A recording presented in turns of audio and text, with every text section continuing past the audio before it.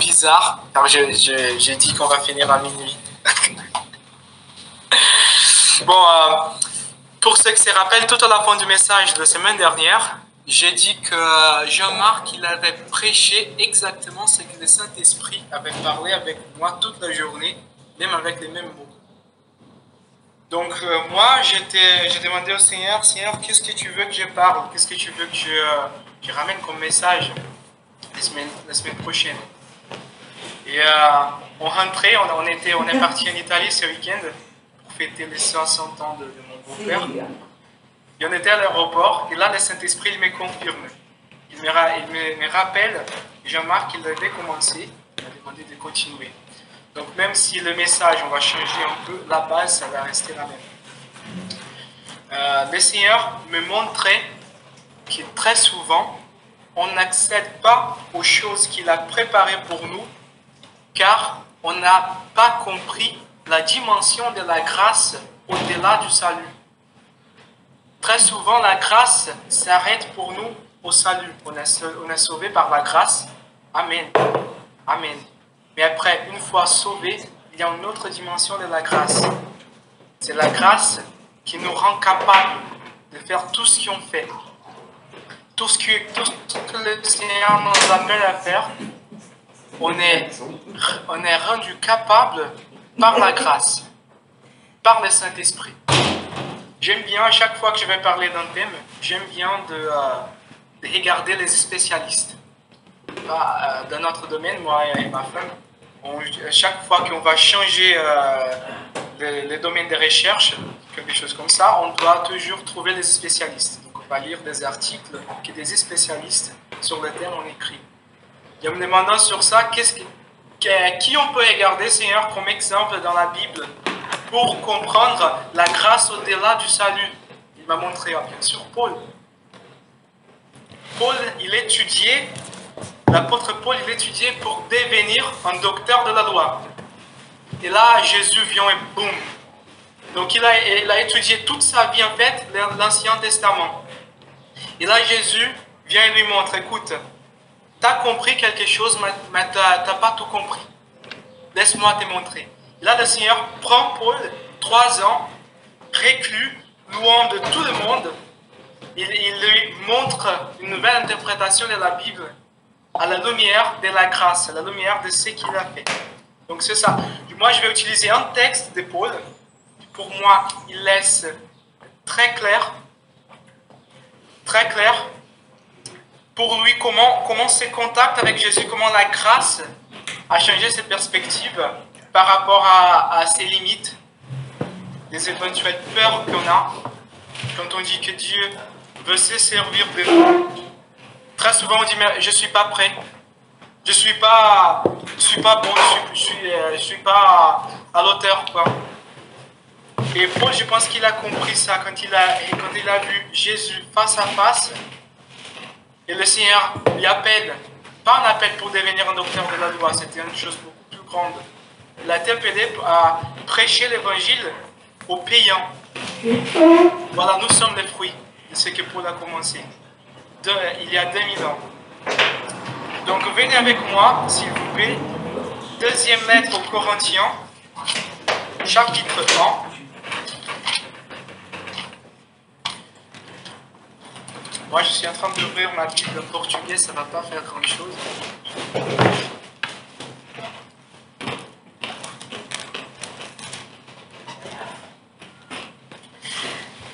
Deuxième lettre aux Corinthiens, chapitre 1, verset 18. Verset 18. Donc, un peu de contexte. Ici, Paul, il écrit une lettre. Sur ces chapitres-là, en fait, il est en train d'expliquer aux Corinthiens pourquoi il n'est pas revenu leur rendre visite. Donc, il avait dit, moi, je veux venir, je veux vous voir, mais après, il n'est pas venu. Donc, ça a créé des discussions entre eux, pourquoi Paul a fait ça, si sa parole c'était oui et non en même temps. Et là, Paul, il est en train de les répondre. Donc, il dit comme ça, verset 18. Dieu lui-même le sait bien, ce que nous vous disons, ce n'est pas à la fois oui et non. Silas, Timothée et moi, nous vous avons annoncé les fils de Dieu, Jésus, le Christ. Eh bien, Jésus n'a pas été oui et non, mais il a toujours été oui. En effet, Jésus est le oui à tout ce que Dieu a promis. C'est donc aussi par Jésus que nous disons notre oui à Dieu, pour lui rendre gloire. Et c'est Dieu lui-même qui nous rend forts avec vous pour le Christ. C'est lui qui nous a mis à part, qui a posé sa marque sur nous. Il a mis l'Esprit Saint dans nos cœurs et cet Esprit est la première part des biens qu'il va nous donner. Amen. Amen. Donc déjà, je reprends le verset 18. Là, c'est pas le thème central ce soir, mais quand même, Dieu lui-même le sait bien. Ce que nous vous disons, ce n'est pas la foi, oui et non. Donc première question, est-ce que ma parole c'est oui et non? Est-ce que quand je dis quelque chose, est-ce que je tiens ma parole? Vous voyez, Paul il est en train de dire, attendez, je ne suis pas venu vous revoir, c'est vrai, mais je vous explique pourquoi. Car ma parole c'est pas oui et non en même temps. Je ne vous ai pas dit que je vais faire quelque chose et après je ne la fais pas. Je ne vous ai pas dit que je vais être chez vous à 18h, mais je ne suis pas là à 18h. Je ne vous ai pas dit que je vais vous voir la semaine prochaine. Si je ne vous envoie pas un message, c'est car ça, c'est plus des poupes. Non, c'est pas ça. Donc, je pense que ça c'est très important pour nous en tant que chrétiens. Car si on l'aime ou pas, si on le veut ou si on ne le veut pas, le monde nous regarde. Donc, quand on proclame Jésus, quand on dit qu'on croit en Jésus, les yeux du monde sont tournés vers nous. Donc, on doit donner l'exemple. Donc, si on dit oui, que ce soit oui. Si on dit non, que ce soit non. Donc après, je continue. Verset 19. Silas, Timothée et moi, nous vous avons annoncé les fils de Dieu, Jésus le Christ. Eh bien, Jésus n'a pas été oui et non, mais il a toujours été oui. En effet, Jésus est le oui à tout ce que Dieu a promis. Ça, c'est tellement fort. Jésus est le oui à tout ce que Dieu a promis. Donc, prenez votre Bible comme ça. Je vais prendre tout ce qui est Ancien Testament. Hop, là. Donc, tout ça, c'est l'Ancien Testament. Tout ça, c'est le Nouveau Testament. La plupart de cette partie-là, c'est des promesses. Ça, c'était la vie de Paul. Paul a passé toute sa vie en train d'étudier ça, les promesses qui étaient là. Donc, ce qu'il est en train de dire là, c'est que toutes ces promesses-là, toutes les promesses que Dieu a faites, trouvent en Jésus les oui. Et après, il continue, regardez, le verset 20. En effet, Jésus a le oui à tout ce que Dieu a promis. C'est donc aussi par Jésus que nous disons notre oui à Dieu pour lui rendre gloire. Je prends une autre version qui dit comme ça. Car le Fils de Dieu, le Christ Jésus, qui a été prêché par nous au milieu de vous, par moi, par Sylvain, par Timothée, n'a pas été oui et non, mais en lui, il n'y a que oui. Toutes les promesses de Dieu sont ces oui en lui. C'est donc aussi par lui que nous disons à Dieu l'Amen, pour sa gloire. Donc il est en train de dire toutes les promesses que Dieu a faites à travers l'Ancien Testament trouvent en Jésus les oui. Et qu'est-ce qu'on fait pour accéder à ces promesses-là? Nous disons Amen. Amen.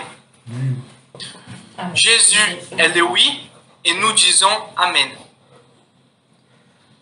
Pour moi, et j'étais en train de méditer sur cette parole et je disais, qu'est-ce que ça veut dire? Et le Saint-Esprit me jette comme ça, une pensée. Il m'a dit, c'est un partenariat. Car regardez aussi le verset 21. C'est lui qui nous a fermés avec vous en Christ et qui nous a donné l'onction, c'est Dieu. Il nous a, verset 22, il nous a aussi marqué de son sceau et a mis dans nos cœurs les arrêts de l'esprit. Donc il m'a dit, c'est un partenariat. Et il m'a dit, écoute Rodrigo, moi je veux faire un partenariat avec toi. Ça va marcher comme ça.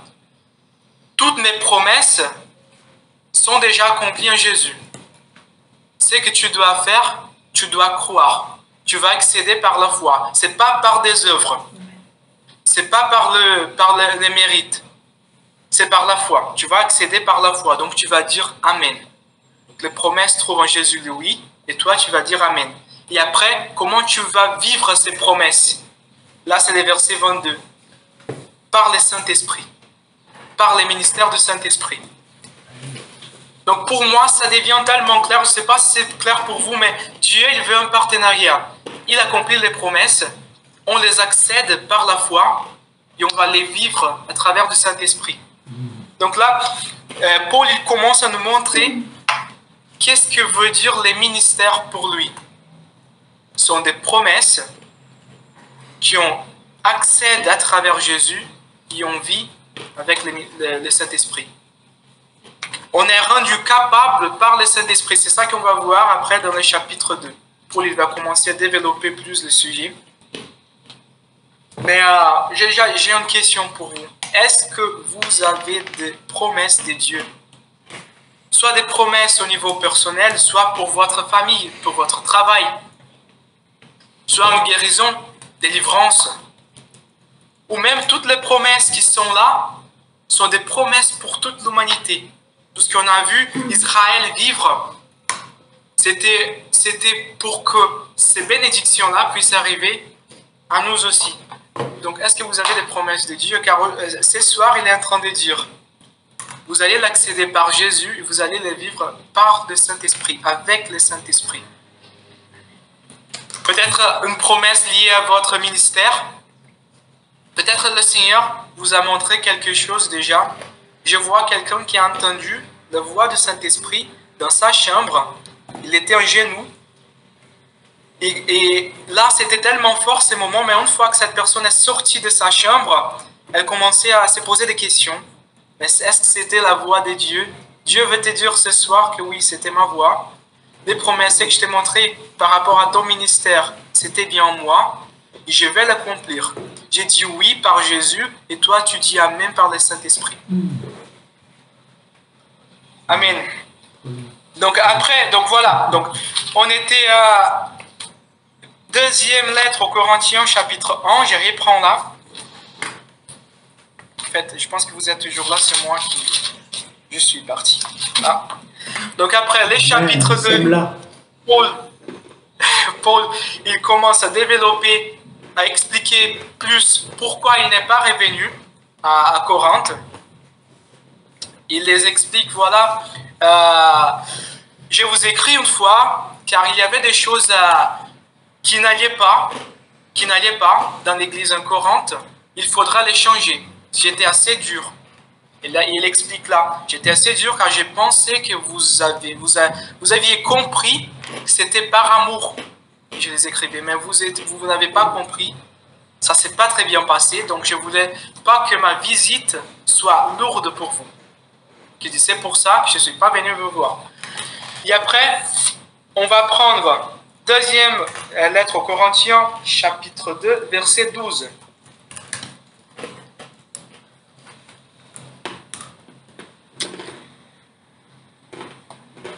Verset 12 dit comme ça.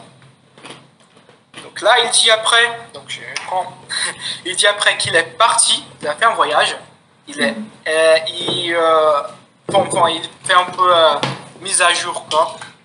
Ça faisait beaucoup de temps qu'il ne se communiquait pas, il n'avait pas de WhatsApp à cette époque-là, donc il faut le faire par lettre. Donc il est en train d'expliquer ce qu'il a fait pendant cette période-là. Donc il dit, lorsque je fus arrivé à Troas, pour l'évangile du Christ, bien que le Seigneur, je vais prendre l'autre version, parole de vie, excusez-moi, c'est plus facile pour un étranger, les conjugaisons des verbes et tout ça. Je suis arrivé à Troas pour annoncer la bonne nouvelle de Christ, car le Seigneur m'a donné l'occasion de pouvoir travailler là. Pourtant, j'étais très inquiet parce que je n'avais pas trouvé Tite, mon frère. C'est pourquoi j'ai dit au revoir aux gens de Troas et je suis parti pour la Macédonie. Remercions Dieu par le Christ. Il nous emmène toujours dans les défilés qui fêtent sa victoire. Il se sert de nous pour faire connaître le Christ en tout lieu. C'est comme une bonne odeur qui se répand partout. Oui, nous sommes comme un parfum agréable que le Christ offre à Dieu. Ce parfum est pour ceux que Dieu sauve. Il est aussi pour ceux qui perdent leur vie loin de Dieu. Pour ceux qui se perdent, c'est une odeur de mort qui donne la mort. Pour les autres, c'est une odeur de vie qui donne la vie. Mais qui est capable de faire un tel travail? Nous ne sommes pas comme beaucoup de gens qui font des commerces avec la parole de Dieu. Nous disons la vérité de la part de Dieu, devant Dieu, comme des serviteurs du Christ. Voilà. Donc là, Paul, il commence à nous montrer un peu qu'est-ce que veut dire les ministères, qu'est-ce que ça signifie pour lui, un ministère. Les ministères sous la nouvelle alliance, avec en accédant aux promesses de Dieu à travers Jésus, et en les vivant par le ministère du Saint-Esprit. Regardez, je vais prendre le verset 12. Je suis arrivé à Troas pour annoncer la bonne nouvelle du Christ, car le Seigneur m'a donné l'occasion de pouvoir travailler là. Pourtant, j'étais très inquiet, parce que je n'ai pas trouvé Tite, mon frère.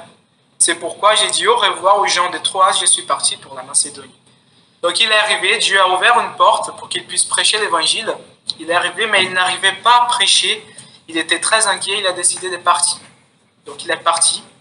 Et après il dit, remercions Dieu, car quand même, par les Christ, il nous aimait toujours dans la défilée qui fait sa victoire. Donc il dit, même si moi, je suis limité, je ne suis pas parfait, même si Dieu a ouvert la porte, je ne fais pas les choses de manière parfaite, c'est lui qui nous emmène toujours dans les défilés de sa victoire. Il se sert de nous pour faire connaître les Christ à tout lieu.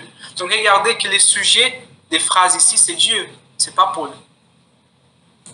Qui emmène toujours dans le défilé de la victoire? Dieu. Qui se sert de nous pour faire connaître les Christ? Dieu. C'est comme une bonne odeur qui se répand partout. Oui, nous sommes comme un parfum. Donc là, il fait une analogie. Il dit, nous, qui prêchons l'évangile, nous sommes comme un parfum qui s'y répand partout. Donc moi, je ne connaissais pas grand chose des parfums. Donc, après, j'ai connu ma femme. Elle m'a commencé à m'expliquer ça. Elle m'a dit que un parfum, en fait, ça va pas avoir, attention, hein, ça va pas avoir de même odeur selon la peau. Donc selon la peau, en fait, l'odeur change. Car la composition du parfum va réagir avec votre peau et l'odeur change. Mais ça reste quand même de la bonne odeur. On est bien d'accord. Même si, voilà, si j'achète un parfum Gucci, voilà, ça reste, peu importe si c'est moi qui les porte, si c'est Alessandra, ça reste quand même de la bonne odeur. Vous regardez, c'est lui qui fait répandre la bonne odeur, les parfums partout, c'est Dieu. Il se sert de nous. Il se sert de nous pour faire répandre les parfums partout. Je vous donne un exemple de ce que j'ai vécu il y a 2 semaines plus ou moins. Enfin, il y a quelques semaines, j'ai fait un rêve. Et je sors de la bibliothèque de l'université et je retrouve quelqu'un en face de la porte. Et cette personne, elle a un pneu crevé. Et il me demande de l'aide. Un pneu crevé, il me demande de l'aide. Et là, je viens, je lui aide. Et après, voilà, bref, les rêves, c'était ça. J'ai compris que c'était de la part de Dieu, car ça c'est resté dans ma tête toute la journée, même 2 ou 3 jours. Il y a 2 semaines plus ou moins, je sortais de cette bibliothèque-là, je retrouve quelqu'un avec le pneu crevé, en face de la sortie. Et là, il y a le Saint-Esprit qui me rappelle de ces rêves que j'avais fait avant. Et moi, j'avoue que j'étais un peu timide et aussi un peu pressé, car ma femme, elle m'attendait. Et je suis d'accord, Seigneur, je vais parler avec lui. Alors, j'ai ouvert la discussion sur Jésus. Je lui ai prêché l'évangile assez vite, même trop vite, à mon avis. J'ai demandé si je pourrais prier pour lui. Il était un peu... ça, c'est bizarre, mais ok, d'accord, ouais, allez-y. Là, bien sûr, je lui ai aidé aussi avec le pneu crevé, bien sûr. Après, là, j'ai prié pour lui. Et en partant, là, il y a mes pensées qui commencent. Ah, mais c'était trop vite, mais je pourrais être plus clair, moins timide, je sais pas, quoi. Et là, il y a le Saint-Esprit qui me rappelle ces versets-là. Toi, tu es comme un parfum. Les peu que tu avais disponibles, que tu pourrais faire, je les prends. Et c'est pas comme une excuse pour dire non, il n'y a pas d'effort de notre part. Non, non, non, c'est pas ça. C'est juste qu'on est dans un chemin de sanctification. Toi, moi, nous sommes dans un chemin. Qu'est-ce qu'on a disponible maintenant? Dieu le veut. Vous voyez, Dieu, il est souverain. Il pouvait faire ramener le salut à l'humanité comme il voulait. Comme il voulait. Même pour prêcher l'évangile, il pourrait le faire comme il voulait. Il pourrait le faire par des anges s'il voulait. Mais il ne voulait pas. Il voulait toi. Il voulait utiliser toi. C'est pas qu'il n'avait pas de choix. C'est qu'il avait tous les choix possibles. Tous les choix possibles, il avait. Mais il a choisi toi. Il veut toi. Pourquoi? Je me suis posé cette question. Pourquoi? Pourquoi, Saint-Esprit? Pourquoi? Pourquoi tu veux te servir de nous pour prêcher l'évangile? Il m'a dit comme ça. Car tu as créé pour être mon image. Tu as créé pour être une image de Dieu. Ça a été corrompu, mais Jésus, attention, Jésus, il est le chemin vers les jardins. Jésus est le chemin vers l'origine. Jésus est le chemin vers le but, ça m'échappe le mot, hein? Le but final, voilà, original de la création. Nous avons été créés pour être des images de Dieu. Et Dieu veut se servir de nous car quand tu ouvres ta bouche et tu prêches l'évangile à quelqu'un, Dieu est en train de changer la vie de cette personne-là, d'un côté, mais aussi la tienne. Dieu est en train de te transformer à l'image de Jésus. Quand tu prêches l'évangile, il est en train aussi de changer la vie de cette personne-là. Mais attention, regardez ce qu'il dit le verset 15. Oui, nous sommes comme un parfum agréable que le Christ offre à Dieu. Ce parfum est pour ceux que Dieu sauve, il est aussi pour ceux qui perdent leur vie loin de Dieu. Pour ceux qui se perdent, c'est une odeur de mort, qui donne la mort, mais pour les autres, c'est une odeur de vie qui donne la vie. Est-ce que tu as prêché l'évangile déjà à quelqu'un et cette personne t'a rejeté? C'est normal. Ce verset-là est en train de te dire que c'est normal. Pour quelques-uns, toi, tu es odeur de vie. Pour ceux qui acceptent, beaucoup vont accepter, mais beaucoup aussi vont le rejeter. Et si vous allez mesurer votre succès par la réponse des personnes, alors vous allez changer de stratégie tout le temps. Vous voyez? Vous allez, comme la parole le dit, vous allez être instable dans tout ce que vous faites. Donc si votre paramètre pour mesurer, c'est la façon comment vous êtes en train de prêcher l'évangile. Et prêcher l'évangile, attention, je ne le dis pas avec des mots, hein. C'est même avec des actions. C'est avec des actions d'abord. On prêche l'évangile avec la bouche fermée d'abord. Et après on ouvre. Si la façon, si vos paramètres que vous utilisez pour juger les succès de votre prédication, c'est la réaction des personnes, je vous invite ce soir à changer de stratégie, changer de paramètres. Car la parole là nous dit qu'il y aura des personnes qui vont nous rejeter. Pour eux, nous sommes odeur de mort. Mais si vous prêchez pour 10, pour 9, vous êtes odeur de mort, les 10e sera odeur de vie. Dieu veut changer la vie de cette personne-là. Amen. À travers de vous. Il a choisi de le faire à travers vous. Donc, nous sommes un récipient, vous voyez? Nous sommes un récipient qui transporte ces parfums, ou même cette huile parfumée, je vais dire comme ça. Nous transportons cette huile parfumée. Pour quelques-uns, cette huile parfumée, je pourrais dire même le Saint-Esprit, l'odeur du Saint-Esprit, quand on rentre, quand on parle, quand on prêche, ça c'est odeur de mort. Mais pour les autres, c'est odeur de vie. Mais attention, ce qui fait le travail, c'est les parfums, ce n'est pas les récipients. Donc soyons les récipients. Est-ce que vous connaissez quelqu'un qui a besoin de ces parfums? Est-ce que vous connaissez quelqu'un qui a besoin de délivrance? Est-ce que vous connaissez quelqu'un qui a besoin d'une guérison, qui a besoin d'écouter l'évangile cette semaine? Alors, soyez les récipients, ramenez l'huile, laisse l'huile faire le travail. Oui, Paul, il nous montre qu'il a très bien compris. Attention, c'est pas moi. Il est dit, regardez le verset 16. La fin du verset 16. Mais qui est capable de faire un tel travail? Donc il fait tout ce discours du parfum, de l'huile parfumée, je vais dire, du parfum qui se répand partout. Il dit, mais qui est capable de faire un tel travail? Regardez, verset 17. Nous ne sommes pas comme beaucoup de gens qui font du commerce avec la parole de Dieu. Nous disons la vérité de la part de Dieu, devant Dieu, comme des serviteurs de Christ. Il est en train de dire, prêche la parole.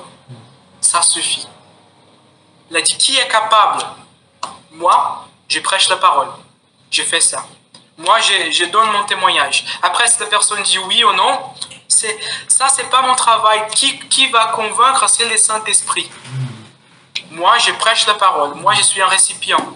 Le Seigneur m'a dit, j'ai besoin que mon parfum soit répandu dans cette zone-là. Donc, comme moi, je suis le récipient. Et j'y vais, Seigneur. J'y vais, Seigneur. Je vais le prêcher. Après, on passe au chapitre 3. On passe au chapitre 3. Il continue. Est-ce que nous devons recommencer à nous mettre en avant? Certains ont besoin de vous montrer des lettres de recommandation ou de vous en demander. Est-ce que nous en avons besoin aussi? Notre lettre, c'est vous. Elle est écrite dans nos cœurs. Tout le monde la connaît et la lit. Oui, c'est clair, le Christ lui-même a écrit cette lettre. Et c'est nous qui l'avons apportée. Elle n'est pas écrite avec de l'encre, mais avec l'Esprit de Dieu vivant. Elle n'est pas gravée dans la pierre, mais elle est gravée dans des cœurs humains. Il y avait beaucoup de compétitions dans cette église-là, même pour la leadership. Excusez-moi, je ne connais pas les mots. Même pour être devant là, pour conduire l'église, il y avait beaucoup de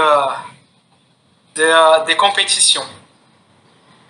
Et des fois, des gens demandaient des lettres de recommandation ou montraient des lettres de recommandation pour montrer à quel niveau ils étaient préparés,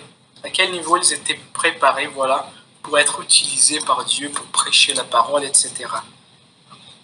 Et là, Paul, il vient avec un discours, il les dit, écoutez, nous sommes un parfum, nous sommes des récipients, nous transportons ces parfums et nous n'avons pas besoin de lettres de recommandation. Notre lettre de recommandation, en fait, c'est vous-même. C'est les résultats que nous voyons dans vos vies. Ça, c'est notre lettre de recommandation. Et quand j'étais en train de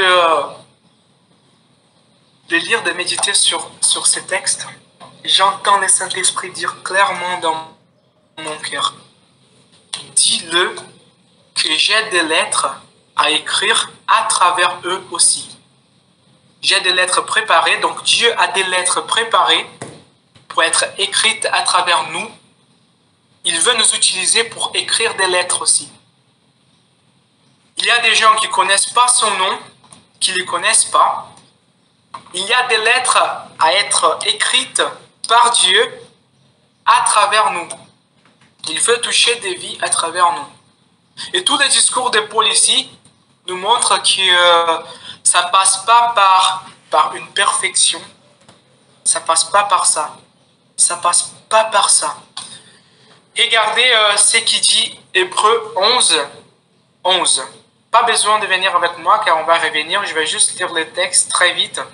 Sarah, l'épouse d'Abraham, Sarah a cru en Dieu. Alors Dieu l'a rendue capable d'avoir un enfant. Pourtant, elle était très vieille, mais elle était sûre d'une chose. Dieu tient ses promesses. Ou encore Romains 4.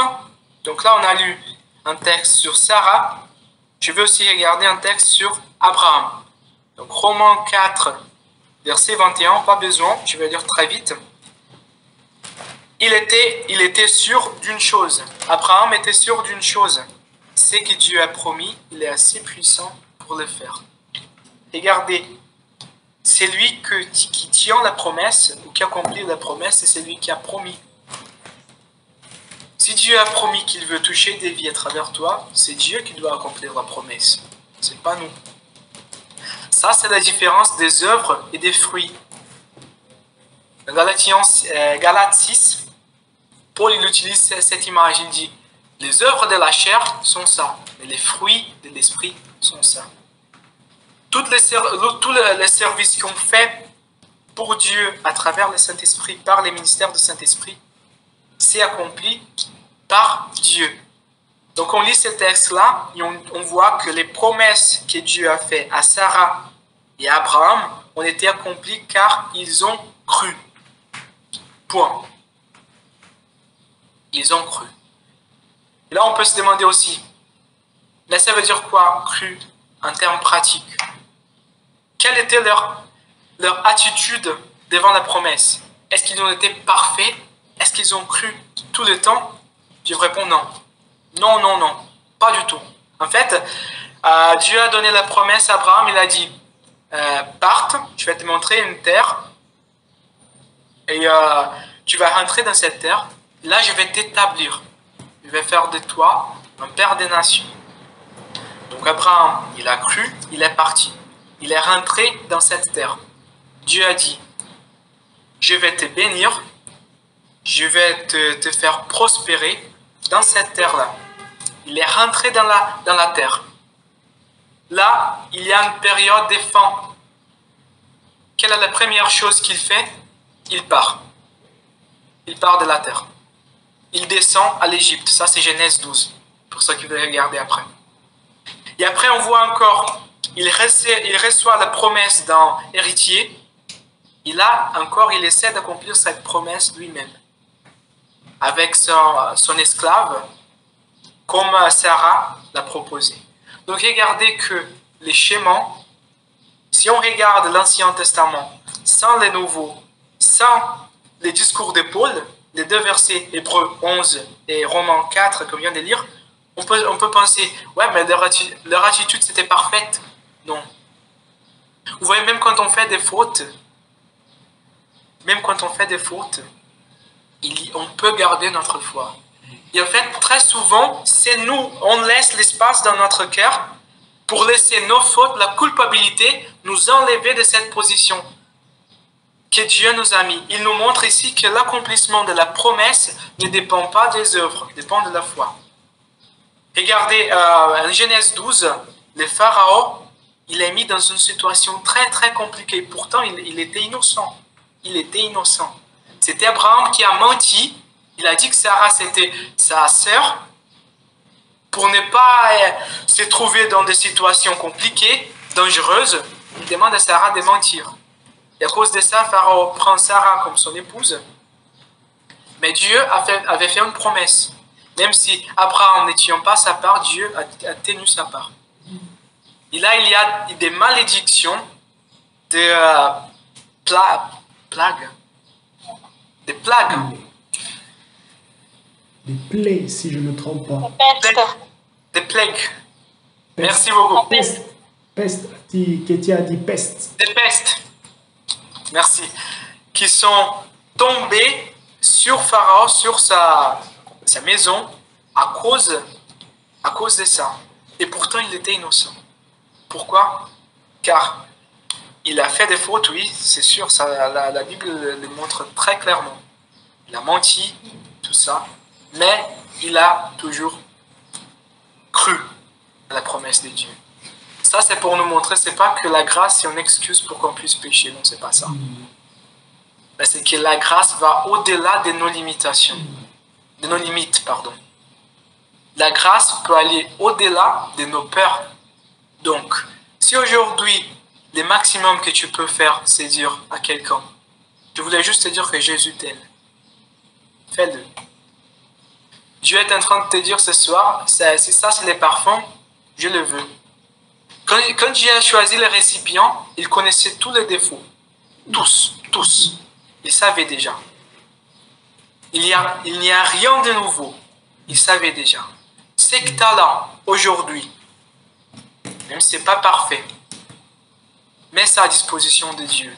Car même quand ça va dans l'autre sens, dans le sens opposé, quand vous faites n'importe quoi, Dieu trouve quand même un moyen de faire le mieux, d'accomplir ses promesses avec ce que tu es en train de mettre à sa disposition. Amen. Amen. Amen. Après, j'écoutais tout à la fin le Seigneur. Il me montrait les restes chapitre 3 des discours. On connaît bien ces textes. Jean-Marc l'aime bien aussi. Tous avec les visages dévoilés, contemplent la gloire de Dieu et transformés par cette gloire, de gloire en gloire. En fait, ces discours-là, ces textes qu'on connaît bien, c'est les résultats de tout ce qu'on vient de lire là. Si on continue à lire le chapitre 3, Paul rentre dans ces discours-là. Il dit qu'il fait un contraste entre Moïse, la gloire de l'ancienne alliance, et la nouvelle.